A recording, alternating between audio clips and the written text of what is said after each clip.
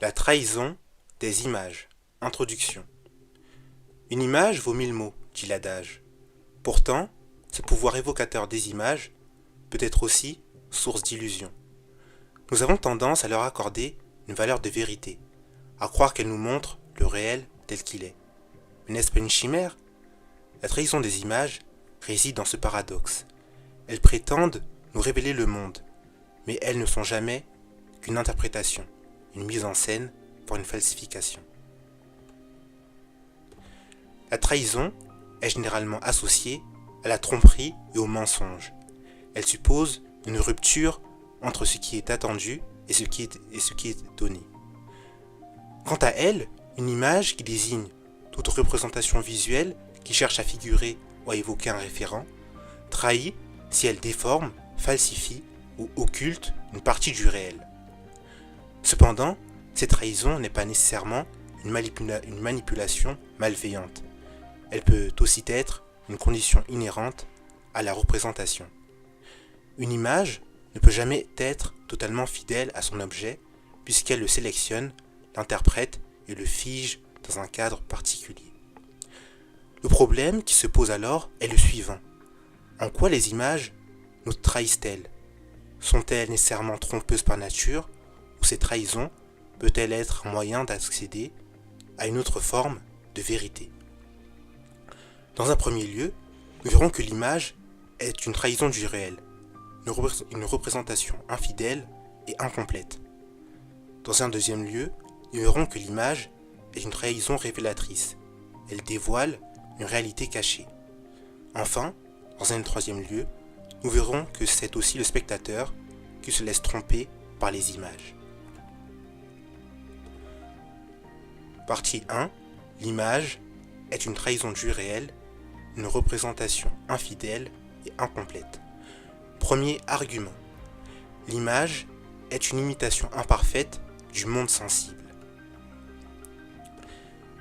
Dès l'Antiquité, Platon dénonce la puissance trompeuse des images dans l'allégorie de la caverne, dans son livre La République, livre 7. Il décrit des prisonniers enchaînés qui ne perçoivent du monde extérieur que des ombres projetées sur la paroi de leur caverne. Pour eux, ces ombres sont la seule réalité, alors qu'elles ne sont qu'une illusion. Platon assimile les ombres aux images, qui, au lieu de révéler la réalité, nous enferment dans une perception déformée du réel. L'image est donc une trahison dans la mesure où elle nous propose une version réductrice de la réalité, nous éloignant ainsi de la connaissance véritable. C'est pourquoi Platon se méfie des artistes et des peintres qu'il accuse de fabriquer des simulacres trompeurs. Cette critique rejoint une question contemporaine essentielle. L'image médiatique, publicitaire ou numérique nous enferme-t-elle pas dans un monde d'illusions? Deuxième argument. L'image ne peut saisir la totalité du réel. L'exemple de la photographie de guerre. Une photographie capte un instant figé, ce qui l'empêche de restituer pleinement un événement ou une situation. L'image donne à voir, mais elle sélectionne et occulte à la fois. Un exemple frappant est la mort d'un soldat républicain de Robert Capa, paru en 1936. Cette photographie iconique de la guerre d'Espagne montre un homme en train de tomber, touché par une balle. Elle est souvent interprétée comme un document authentique, un témoignage brut du conflit. Pourtant, certains historiens ont mis en doute son authenticité, suspectant une mise en scène. Ainsi, même lorsqu'une image semble documentaire, elle ne peut pas être totalement objective. Elle choisit un cadre, un instant, un angle de vue. Elle laisse hors champ tout ce qui pourrait en modifier la signification. Dès lors, comment distinguer la vérité de l'artifice? Troisième argument. Le décalage entre le signe et le référent. Une illusion entretenue. L'image ne peut jamais être l'équivalent de son référent.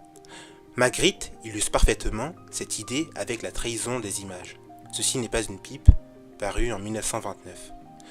Ce tableau montre qu'une pipe, peinte avec un grand réalisme,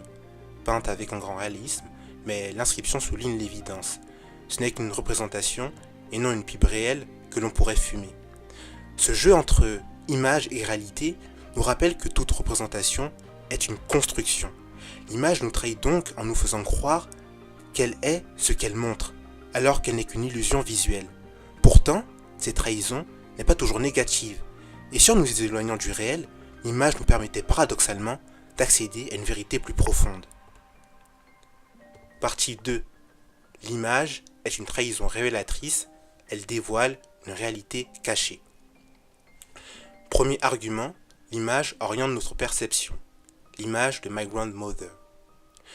Une image ne se contente pas de montrer, elle impose un point de vue.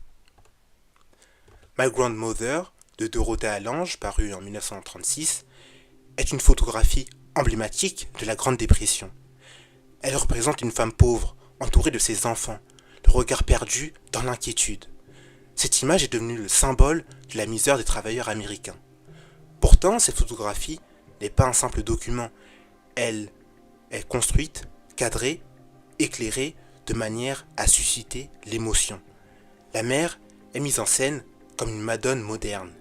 L'image oriente ainsi notre perception et nous fait voir la réalité sous un prisme particulier. Deuxième argument, l'image peut révéler une vérité autrement. Contrairement à Platon, Heidegger considère que l'image artistique ne nous éloigne pas du réel, mais qu'elle le révèle. Dans l'origine de l'œuvre d'art, il analyse un tableau de Van Gogh représentant de simples chaussures de paysans.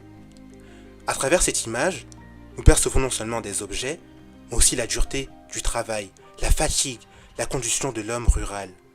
L'image nous révèle ainsi une vérité existentielle que nous ne percevrions pas sans elle. Troisième argument.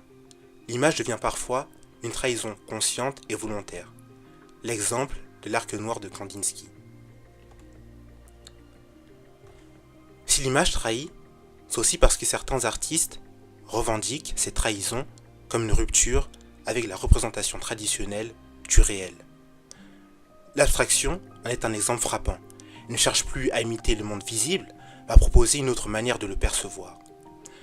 Vassily Kandinsky, figure majeure de l'art abstrait, illustre cette démarche avec son tableau L'Arc Noir, paru en 1912.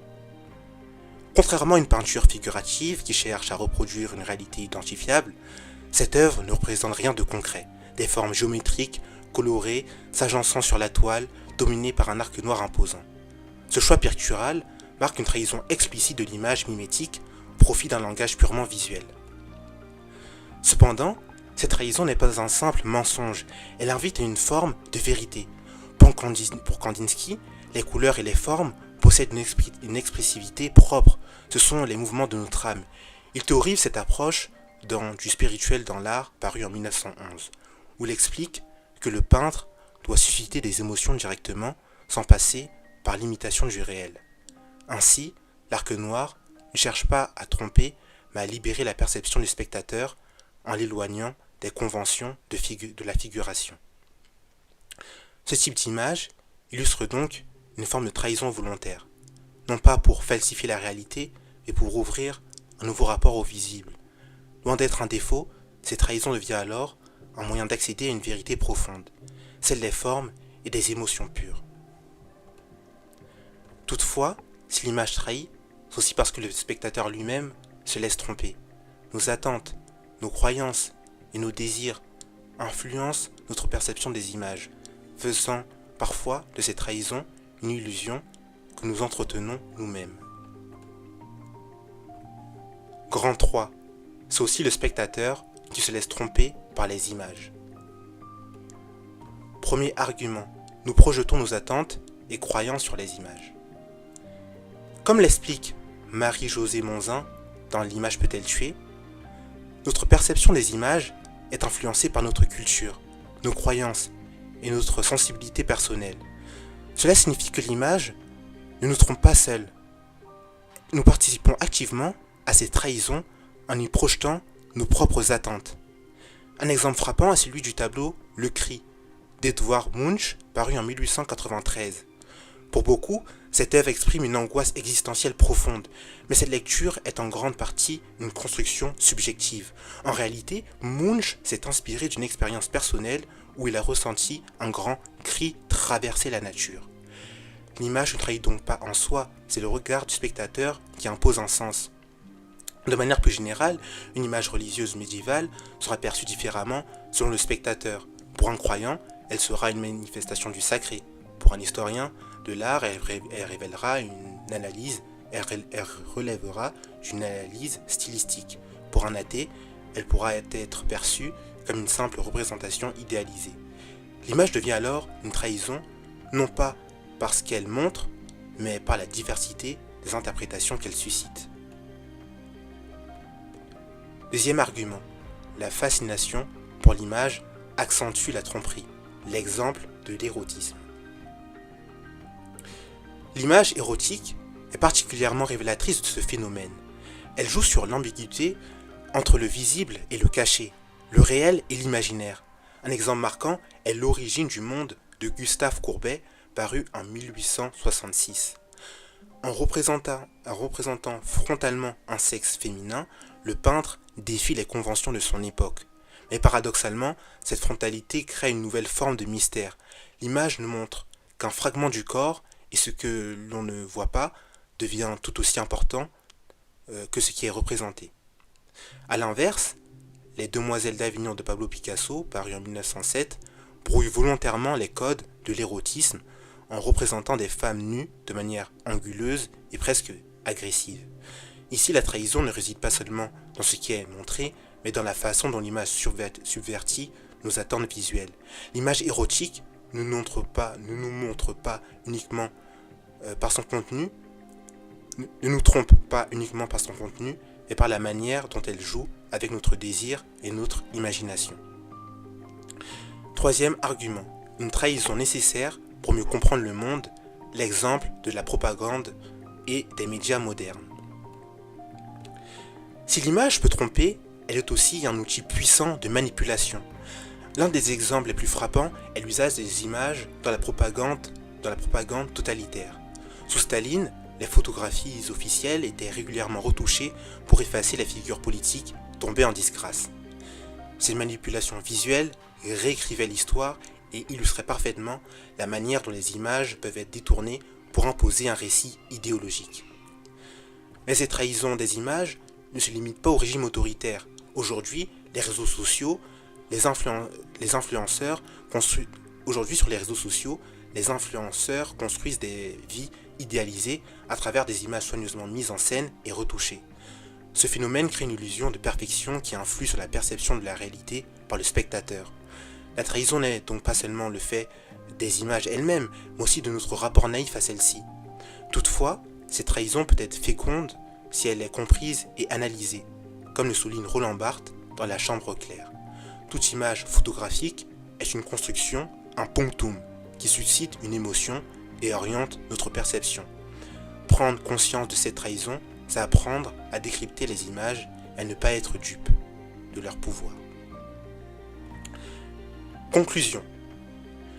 Nous nous sommes posé la question de savoir si les images sont nécessairement trompeuses par nature ou si cette trahison peut être un moyen d'accéder à une autre forme de vérité.